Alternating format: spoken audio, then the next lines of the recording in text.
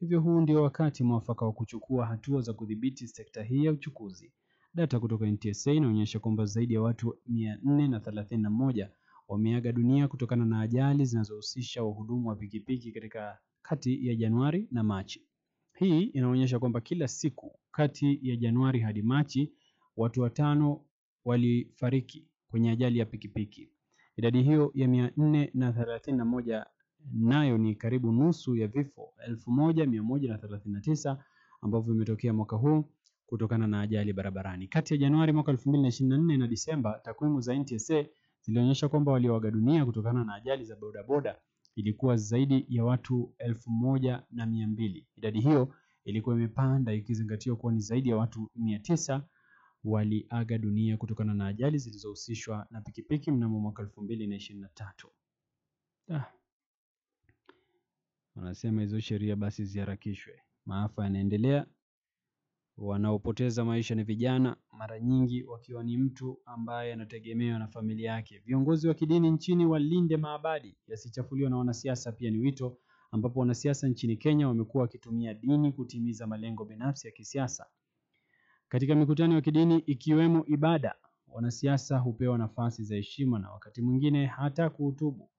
Aghlabu wao hutumia fursa hiyo kueneza siasa za chuki na uongo wakitetea maovu yao. Nasema hali hii ni hatari kwa ushikamano wa kitaifa, hasa katika jamii yenye tofauti nyingi za kikabila na kidini kama Kenya. Ni jukumu la viongozi wa kidini na wananchi kuhakikisha kwamba dini haigeuzi kuwa chombo cha kisiasa. Hii wito imekuwa ikitolewa sana kwamba isije kageuka kwamba kila mtu anafanya siasa kwenye kanisani, hasa huko ndo tunashuhudia kwamba siasa zinafanywa sana, na pia msikitini tusikubali. Trump amlaumu tena Zelensky kuhusu vita. Hiyo ni katika habari za kimataifa. Kwingineko ni kwamba dikteta aliyeua 150 asafirishwa ng'ambo kisiri. Jamaa aliua watu 150 kule. Anasema kiongozi wa jeshi la Guinea Musa Dadis Kamara alisafirishwa wikendi nje ya nchi hiyo kupokea matibabu maalum.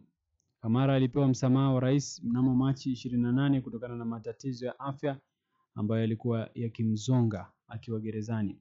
Alikuwa akihudumu kifungo cha miaka 20 kuhusiana na wajibu aliotekeleza kuhusiana na mauaji yaliyotokea Septemba 28 mwaka 2029. Msikilizaji, ni hapo ambapo tutakuwa tunatia kikomo uchambuzi wa magazeti, gazeti la The Daily Nation, gazeti la Taifa Leo na vile vile gazeti la The Standard Newspaper, nikitarajia kwamba msikilizaji umeweza kupata mawili matatu ambayo yanajiri katika magazeti ya humu nchini. Na karibu sana katika kipindi cha Dau la Ikra kama kawaida kuanzia saa 2:15 hivi. Tutakuwa tunaweza kujaribu tu kuangalia bomba za siku, kuweza kuangalia ni habari gani hizi ambazo unahisi kwamba zimepatiwa kipaumbele ama zinafaa kupatiwa kipaumbele hata zaidi.